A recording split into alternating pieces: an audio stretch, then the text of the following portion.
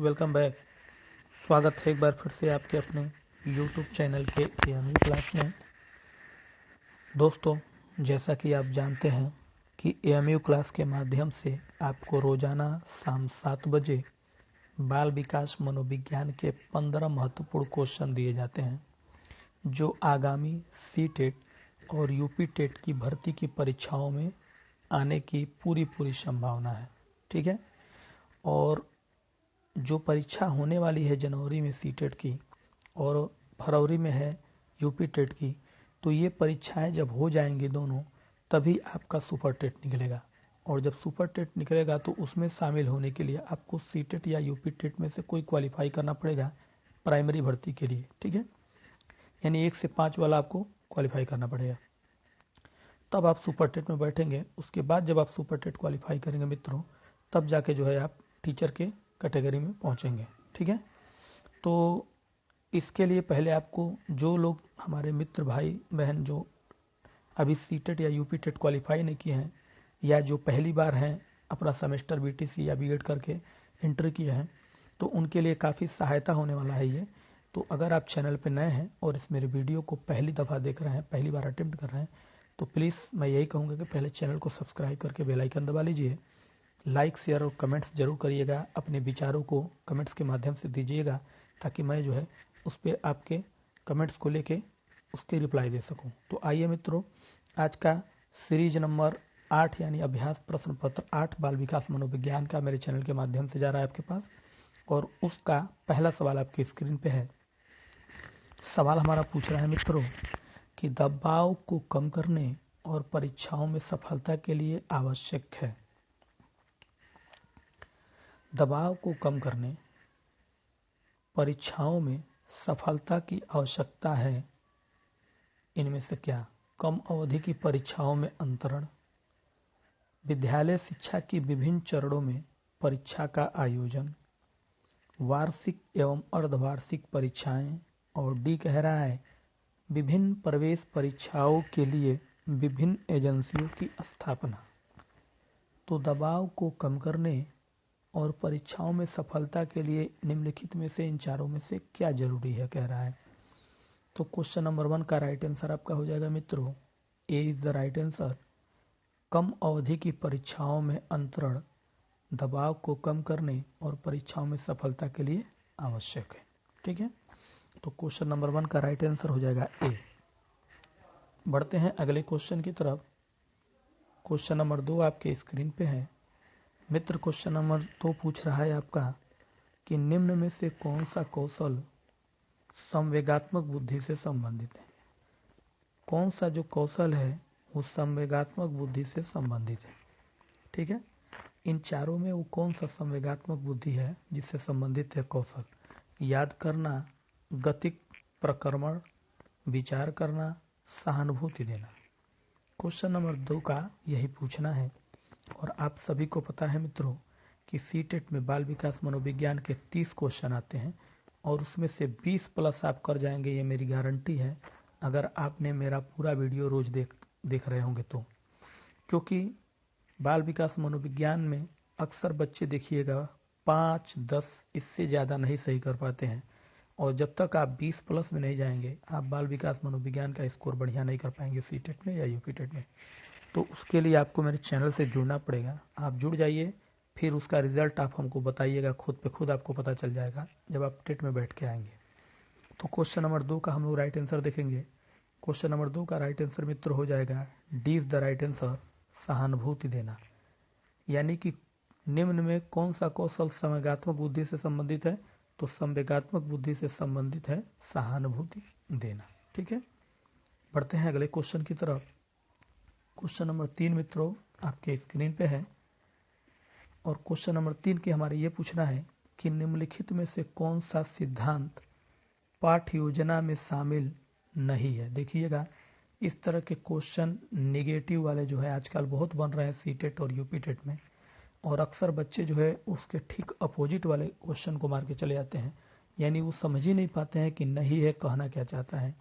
ये नकारात्मक बात हमसे पूछ रहा है कि निम्नलिखित में से कौन सा सिद्धांत, यानी इन चारों में से कौन सा सिद्धांत है जो पाठ्य योजना में शामिल नहीं होता है।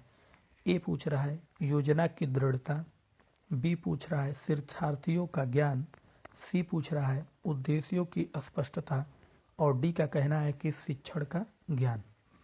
तो कौन सा सिद्धांत है जो पाठ्य योजना में इनमें से शामिल नहीं किया जा सकता है, ये पूछ रहा है।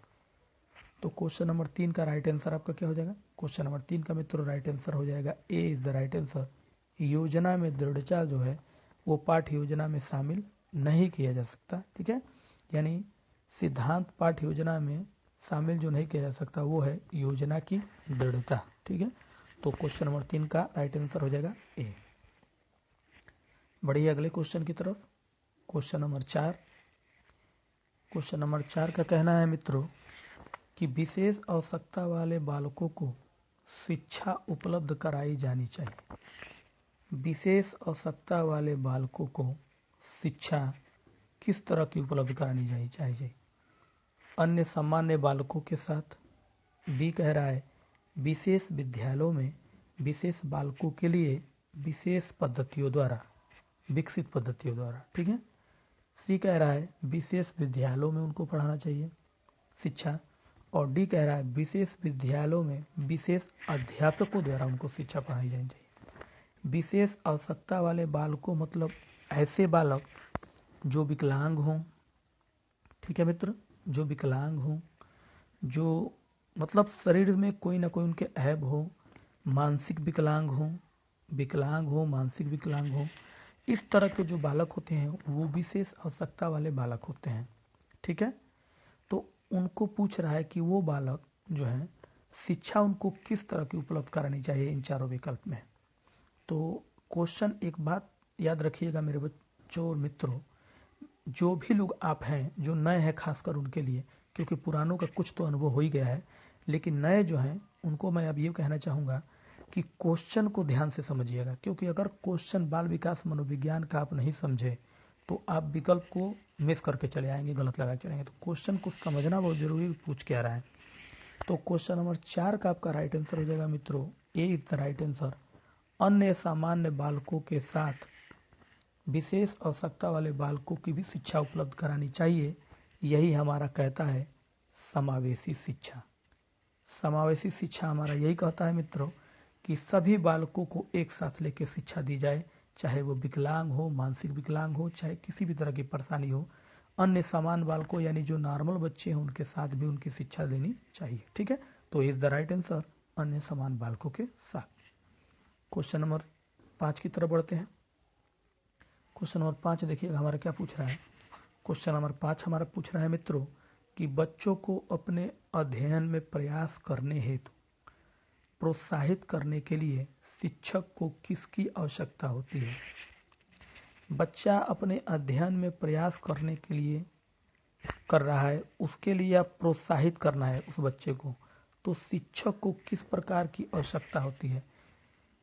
यानी शिक्षकों को किसकी आवश्यकता होती है इनमें से, जिससे वो बच्चों के अध्ययन में प्रयास करे तो वो प्रोत्साहित हो जाए। ठीक है, यानी उनको प्रोत्साहन उनको मिले उस काम को, उस अध्याय को करने में। तो शिक्षक को किसकी आवश्यकता इन चारों में होनी चाहिए? ए कह रहा है अन्य बच्चों के साथ तुलना करने में, ऐसा हो सकता है प्रोत्साहन उनके बीच। बी कह रहा है बच्चों को प्रेरित करने के लिए करिए शिक्षक को, यानी शिक्षक बच्चों को प्रेरित करे। सी कह रहा है बच्चों को डांटने में, और डी कह रहा है बच्चों को नियंत्रण में रखने में, ऐसा हो सकता है। तो क्वेश्चन नंबर 5 का राइट आंसर आप लोग कमेंट्स बॉक्स में बताइएगा। मैंने क्वेश्चन को आपको जैसे समझाया है बिल्कुल वैसे ही आपको समझना है कि बच्चों को अपने अध्ययन में प्रयास करने के लिए एक शिक्षक को प्रोत्साहित करना है, तो शिक्षक को किसकी आवश्यकता इन चारों में से होगी जिससे वो प्रोत्साहित हो जाए बच्चा? तो क्वेश्चन नंबर 5 का राइट आंसर मित्रों हो जाएगा B is the right answer. बच्चों को प्रेरित करिए, यानी उसके अंदर की प्रेरणा को जगाइए, उसको प्रेरित करिए, उस अभ्यास में उस लेसन के तहत कहे कि कुछ ना कुछ ऐसा उसको मोटिवेट करिए जिससे कि उसके अंदर प्रोत्साहन जाग जाए।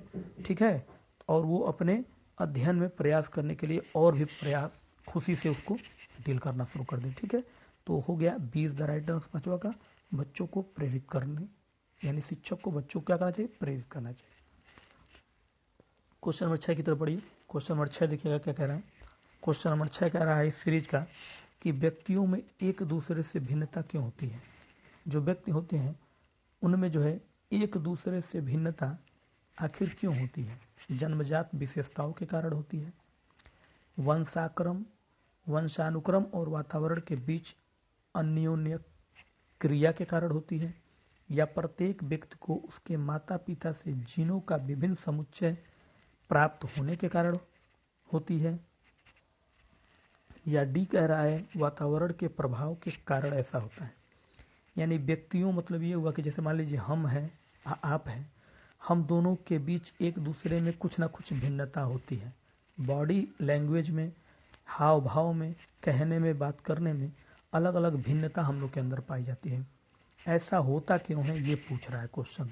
तो क्वेश्चन आप लोग समझ गए होंगे, मुझे उम्मीद है, मैं जैसा आपको बताना चाहता हूँ। तो क्वेश्चन नंबर 6 का राइट आंसर क्या हो जाएगा मित्रों? क्वेश्चन नंबर 6 का राइट आंसर हो जाएगा B is the right answer, वंशानुक्रम और वातावरण के बीच अन्योन्य क्रिया के कारण। यानी वंशानुक्रम मतलब जो माँ बाप से वंश अनुवांशिकता में मिला वो, और वातावरण मतलब ये हुआ कि जो हमारा माहौल है उनके बीच के कारण। जैसे कहने का मतलब ये है, एक बदमाश बच्चा है फैमिली के पड़ोसी में, बगल में पड़ोसी में एक बदमाश बच्चा है, और उसी पड़ोसी में एक बच्चा है जिसका हाव भाव, जिसका भाव, जिसका तरीका बोलने का बहुत अच्छा है। तो ये क्यों है? एक तो वंशानुक्रम का है लक्षण, और दूसरा उसका वातावरण है। यानी उस बच्चे के परिवार में लोग गाली देते होंगे, कुछ ना कुछ अपशब्द बोलते होंगे, तो वो बच्चा उसी वातावरण में सीख गया है। और ये जो बच्चा अच्छे शब्दों का इस्तेमाल कर रहा है वो अपने वातावरण में इस तरह के शब्दों को सीख लिया है, इसलिए वो इससे अलग है। इसलिए व्यक्तियों में एक दूसरे में भिन्नता होती है, तो वंशानुक्रम और वातावरण के बीच के अन्योन्य क्रिया के कारण होती है। ठीक है, तो चलिए, उम्मीद है कि क्वेश्चन नंबर 6 को आप समझ गए होंगे। अगला question, question number 7। Question number 7 का कहना है मित्रों कि किस मनोवैज्ञानिक के अनुसार विकास एक सतत और धीमी धीमी प्रक्रिया है? यानी इनमें से किसने कहा था कि विकास जो है एक सतत और धीमी प्रक्रिया है, यानी धीरे धीरे चलने वाली प्रक्रिया है जो विकास है मनुष्य की? किसने कहा?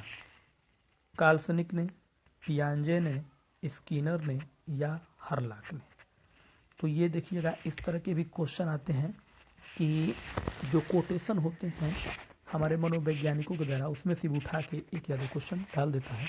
तो इसलिए हमने ऐसे क्वेश्चन उठाए हैं कि किस मनोवैज्ञानिक के अनुसार विकास एक सतत और धीमी चलने वाली प्रक्रिया है, यानी धीरे धीरे चलने वाली प्रक्रिया है। तो क्वेश्चन नंबर 7 का राइट आंसर आपका हो जाएगा मित्रों डी, हरलाक। हरलाक ने कहा था कि विकास जो है वो एक सतत और धीमे धीरे चलने वाली प्रक्रिया है। ठीक है, आइए बढ़ते हैं क्वेश्चन नंबर 8 की तरफ। क्वेश्चन नंबर 8 देखिएगा मित्रों, क्वेश्चन नंबर 8 हमारा पूछ रहा है कि वंचित वर्ग की पृष्ठभूमि के बच्चों को शिक्षा प्रदान करने के लिए शिक्षक को चाहिए कि ए, उनके बारे में अधिक जानकारी जुटाने का प्रयास करे और उन्हें कक्षा में होने वाली चर्चा में शामिल करे।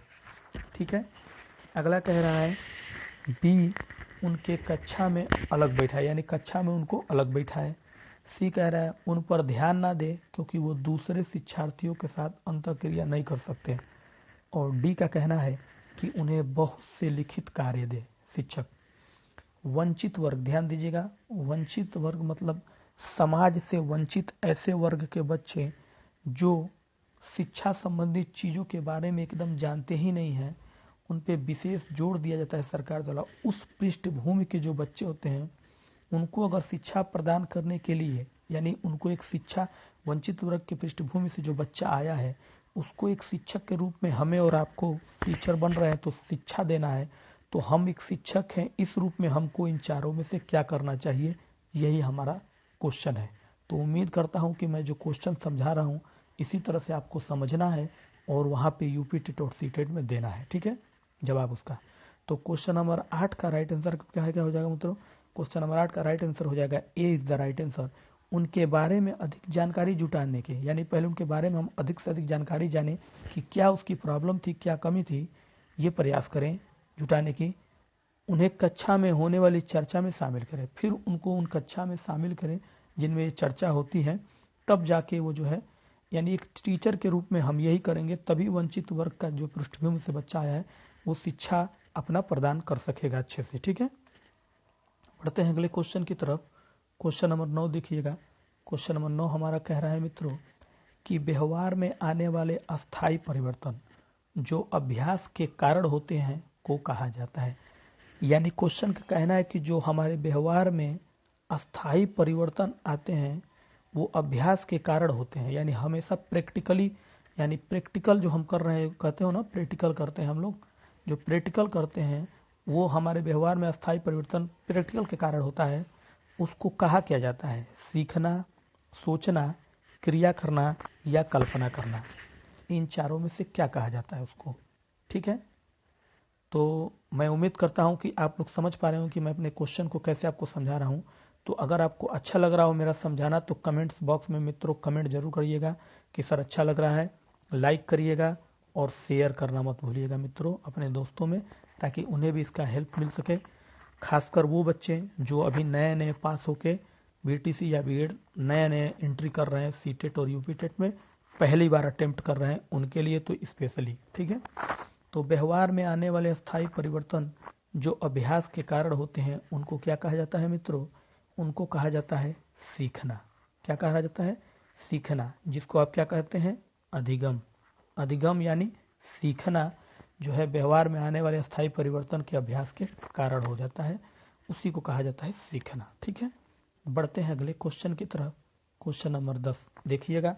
उम्मीद करता हूं कि ये क्वेश्चन तो सभी बच्चे लगभग जानते होंगे। क्वेश्चन नंबर 10 का पूछना है कि जीन पियाजे के अनुसार संज्ञानात्मक विकास की अवस्थाएं हैं। जो हमारे मनोवैज्ञानिक थे जीन पियाजे, उनके अनुसार कह रहा है संज्ञानात्मक विकास की अवस्थाएं इनमें से कितनी है। यानी जीन पियाजे ने कितनी संज्ञानात्मक बच्चों की अवस्थाओं के विकास के बारे में बताया। ए कह रहा है 4, बी कह रहा है 3, सी कह रहा है 2, डी कह रहा है 5। क्वेश्चन नंबर 10 का यही पूछना है। तो क्वेश्चन नंबर 10 का राइट आंसर आप लोग भी कमेंट्स बॉक्स में बताते चलिएगा मित्रों। तो आइए क्वेश्चन नंबर 10 का राइट आंसर मैं आपको बताता हूँ। जीन पियाजे ने संज्ञानात्मक विकास की जो अवस्थाएं दी वो 4 दी, यानी ए इज द राइट आंसर। कितनी दी?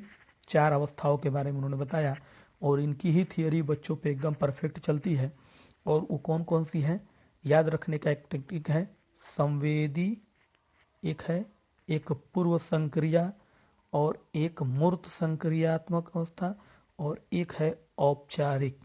ठीक है, औपचारिक संक्रिय अवस्था। संवेदी, पूर्व, मूर्त, औपचारिक संक्रिय अवस्था, ये 4 अवस्थाएं जिन पियाजे जी ने जो है अपने थियरी में दी थी, और उसमें अलग अलग बच्चों के उम्र के बारे में भी बताया था, और उसके बारे में क्या क्या वो हरकतें करता है, सामाजिक, राजनीतिक, जो कुछ भी सब कुछ उन्होंने उसके बारे में बताया है डिटेल में। तो बढ़ते हैं अगले क्वेश्चन की तरफ। क्वेश्चन नंबर 11 मित्रों आपके स्क्रीन पे है, और क्वेश्चन नंबर 11 हमारा पूछ रहा है कि बालक विकास की परिभाषा का अध्ययन क्षेत्र है। बाल विकास लिखा हुआ है। बाल विकास की परिभाषा का अध्ययन क्षेत्र है जो मानवीय समर्थकों में परिवर्तन का परीक्षण करता है। बी का कहना है कि जीवन अवधि के दौरान व्यवहार की व्याख्या ढूंढेगा। सी का कहना है बच्चों की वयस्क तथा वरिष्ठ नागरिकों के साथ तुलना करेगा। डी का कहना है कि किसी बच्चे के संज्ञानात्मक, सामाजिक तथा दूसरे सामर्थ्यों के क्रमिक विकास। ठीक है, यानी बाल विकास की परिभाषा का अध्ययन क्षेत्र है क्या है? जो। ठीक है, तो जो क्या करेगा? इन चारों में से यही बताना है आपको कि बाल विकास की परिभाषा का अध्ययन क्षेत्र इनमें से क्या है? जो। ठीक है, तो क्वेश्चन नंबर 11 का यही पूछना है। तो क्वेश्चन नंबर 11 का आपका राइट आंसर मित्र हो जाएगा D is the right answer, बच्चों के सामाजिक तथा दूसरे सामर्थ्यों के क्रमिक विकास। ठीक है, तो क्वेश्चन नंबर यह देखिएगा, आधा क्वेश्चन इसमें दिख नहीं रहा था। क्रमिक विकास के लिए उत्तरदायी होगा, यानी किसी बच्चे के संज्ञानात्मक, सामाजिक तथा दूसरे सामर्थ्यों के क्रमिक विकास के लिए उत्तरदायी होगा। ठीक है, बढ़ते हैं अगले क्वेश्चन की तरफ। क्वेश्चन नंबर 12 देखिएगा क्या पूछ रहा है। क्वेश्चन नंबर 12 का पूछना है मित्रों हमारे कि निम्नलिखित में से खाली स्थान है के अतिरिक्त सभी वातावरणीय कारक विकास को आकार देते हैं। यानी निम्नलिखित में से इनमें से कौन के अतिरिक्त, यानी इन चारों में से के कौन अलावा सभी वातावरणीय विकास का आकार देते हैं। कौन है जो इसके अलावा सभी वातावरणीय कारक का विकास को आकार देता है, वो भरना है। ठीक है, यानी इसमें कोई ऐसा है जिसके अलावा सभी वातावरणीय कारक विकास को आकार देते हैं, ये क्वेश्चन का पूछना है। तो क्वेश्चन नंबर 12 का राइट आंसर आप लोग बताइए। ए कह रहा है पौष्टिक की गुणवत्ता, बी कह रहा है संस्कृति, सी कह रहा है शिक्षा की गुणवत्ता और सी कह रहा है डी शारीरिक गठन। तो क्वेश्चन नंबर 12 का राइट आंसर बताइएगा मित्रों। तो क्वेश्चन नंबर 12 का आपका राइट आंसर क्या हो जाएगा? कमेंट्स बॉक्स में आप लोग कमेंट्स भी करते रहिएगा कि क्लास कैसी लग रही है आप लोग की इस बाल विकास मनोविज्ञान की, जो रोजाना आपको शाम 7 बजे। मित्रों मैं आपको पहले ही बता चुका हूँ, शाम 7 बजे आपको रोजाना ये क्लास का वीडियो मिलता रहेगा। और 1 दिसंबर यानी 1 जनवरी से मित्रों मैं आप लोग को जो है ईवीएस का भी, यानी ईवीएस जो आता है सीटेट यूपीटेट में, उसके भी जो है वीडियो आपको देना शुरू कर दूंगा। और वो वीडियो आपको सुबह 10 बजे मिलेगा। क्या बजे मिलेगा? सुबह 10 बजे वो आपको मिलेगा, लेकिन वो मिलेगा 1 जनवरी से। उसकी तैयारी पूरी अभी मैं क्वेश्चन की कर रहा हूँ। ठीक है, तो आइए चलते हैं और बढ़ते हैं अगले क्वेश्चन की तरफ। और अगला क्वेश्चन जो है आपका देने से पहले इसका आंसर हम लोग दे देते हैं। क्वेश्चन नंबर 12 का राइट आंसर हो जाएगा मित्रों डी शारीरिक गठन। क्या हो जाएगा? शारीरिक गठन। ठीक है, तो शारीरिक गठन जो है के अलावा सभी वातावरणीय कारक विकास को आकार देते हैं हमको। ठीक है, सिर्फ शारीरिक गठन के अलावा, शारीरिक गठन को छोड़ दिया जाए तो। आइए बढ़ते हैं अगले क्वेश्चन की तरफ। Question number 13। क्वेश्चन नंबर 13 क्या पूछ रहा है मित्रों? क्वेश्चन नंबर 13 का हमारे पूछना है कि आकलन क्या है। क्या है आकलन? ठीक है, बच्चों के प्रतियोगात्मक भावना को सक्रिय रूप से बढ़ावा देना है आकलन। बी का कहना है सीखने को सुनिश्चित करने के लिए तनाव और दबाव को उत्पन्न करना है आकलन। सी का कहना है कि सीखने में सुधार का एक तरीका है आकलन। या डी का कहना है कि बच्चों को लेबल करने और वर्गीकृत करने की अच्छी रणनीति है आकलन। क्या है आकलन की परिभाषा? आपके अनुसार आकलन को क्या कहते हैं? क्या है आकलन? यानी आकलन शब्द जो है मित्रों, क्वेश्चन का पूछना है कि आकलन शब्द है क्या आखिर। ठीक है, तो यही क्वेश्चन हमारा पूछ रहा है 13वां क्वेश्चन। तो क्वेश्चन नंबर 13 का राइट आंसर आप लोग भी बताते चलिएगा कमेंट्स बॉक्स में। अपने हिसाब से भी ट्राई करिएगा मेरे क्वेश्चन का आंसर देने से पहले, ताकि आपको भी पता चले कि कुछ आप जानते हैं या नहीं जानते हैं। ठीक है, तो क्वेश्चन नंबर 13 का ये राइट आंसर बताते हैं आपको। क्वेश्चन नंबर 13 का मित्रों राइट आंसर हो जाएगा सी इज द राइट आंसर। सीखने में सुधार का एक तरीका है आकलन। आकलन क्या है? सीखने में सुधार का एक तरीका, यानी किसी बच्चे का अगर हम आकलन करते हैं एक शिक्षक के रूप में, तो हम आकलन के दौरान देखते हैं कि उसमें क्या कमियां रह गई हैं। ठीक है, आकलन कैसे किया जाता है? उसका मूल्यांकन करके भी हम कर सकते हैं आकलन, प्रैक्टिकली भी हम उसका आकलन कर सकते हैं। और करने के दौरान हम ये देखते हैं कि उसके बच्चे में, यानी उस बच्चे में कोई कमियां हैं, तो उस कमियों को देखने के बाद, यानी उसका कहने का मतलब सीखने में सुधार का एक तरीका है। यानी कि जब हम जान जाएंगे उसकी प्रैक्टिकली हर चीज को, तब उसको जो है और अच्छे तरीके से सुधारने की कोशिश करेंगे। यही है हमारा आकलन। ठीक है, आइए क्वेश्चन नंबर 14 देखिएगा। क्वेश्चन नंबर 14 देखिएगा मित्रों। क्वेश्चन नंबर 14 का पूछना है उपनयन संस्कार किस शिक्षा काल में किया जाता है। उपनयन संस्कार जो है वो किस शिक्षा काल में किया जाता है? यानी वैदिक काल में होता था उपनयन संस्कार, बौद्ध काल में, मुगल काल में, या इनमें से कोई नहीं। क्वेश्चन नंबर 14 यही पूछ रहा है। तो उपनयन संस्कार, अगर खैर मैंने बीटीसी तो नहीं किया है, मैं तो एक बीएड का स्टूडेंट रहा हूँ। ठीक है, और जिन्होंने बीएड किया होगा उनके लिए, यानी जो बीएड अगर कर रहे हैं या कर चुके हैं, उनको जरूर पता होगा उपनयन संस्कार के बारे में। क्योंकि भारत में समसामयिक जो है घटनाओं के एक बुक मिलता है बीएड में पढ़ने के लिए, उसमें जो है अलग अलग काल के शिक्षा के बारे में दिया गया है, जिसमें बौद्ध काल, मुगल काल और वैदिक काल शिक्षा से के बारे में पढ़ाया जाता है बीएड में। तो वहीं उसी कालों में से एक है उपनयन संस्कार के बारे में उसमें डिस्कस किया जाता है। उसी तरह से एक और संस्कार है जिसको प्रवज्जा संस्कार भी कहते हैं, ये भी एक संस्कार है। लेकिन यहाँ उपनयन संस्कार किस शिक्षा काल में किया जाता था ये पूछ रहा है। तो क्वेश्चन नंबर 14 का राइट आंसर आपका क्या हो जाएगा? ए इज द राइट आंसर। वैदिक काल में जो है उपनयन संस्कार होता है। उपनयन संस्कार क्या होता है? बच्चे जो है एक उम्र में जो है उनको क्या बोला जाता है, उनको पहना के पीले वस्त्र और चावल रख के और बकायदे उसको अच्छे से जो है एक संस्कार किया जाता है बच्चों को। वो वैदिक काल में होता था, यानी वैदिक काल में जो है उपनयन संस्कार की शिक्षा जो है किया जाता था, यानी वैदिक काल की शिक्षा में यह संस्कार होता था, उपनयन संस्कार। ठीक है, चलिए बढ़ते हैं क्वेश्चन नंबर 15 की तरफ और देखिएगा मित्रों, क्वेश्चन नंबर 15 आपके इस सीरीज का आखिरी क्वेश्चन बाल विकास मनोविज्ञान का बैक टू बैक 15 में। तो क्वेश्चन नंबर 15 का हमारे पूछना है मित्रों कि गतिक कौशलों में अधिगम निर्योग्यता क्या कहलाती है? जो गतिक कौशल है उसमें अधिगम निर्योग्यता क्या कहलाती है? ठीक है, अधिगम निर्योग्यता गतिक कौशल में क्या कहलाती है?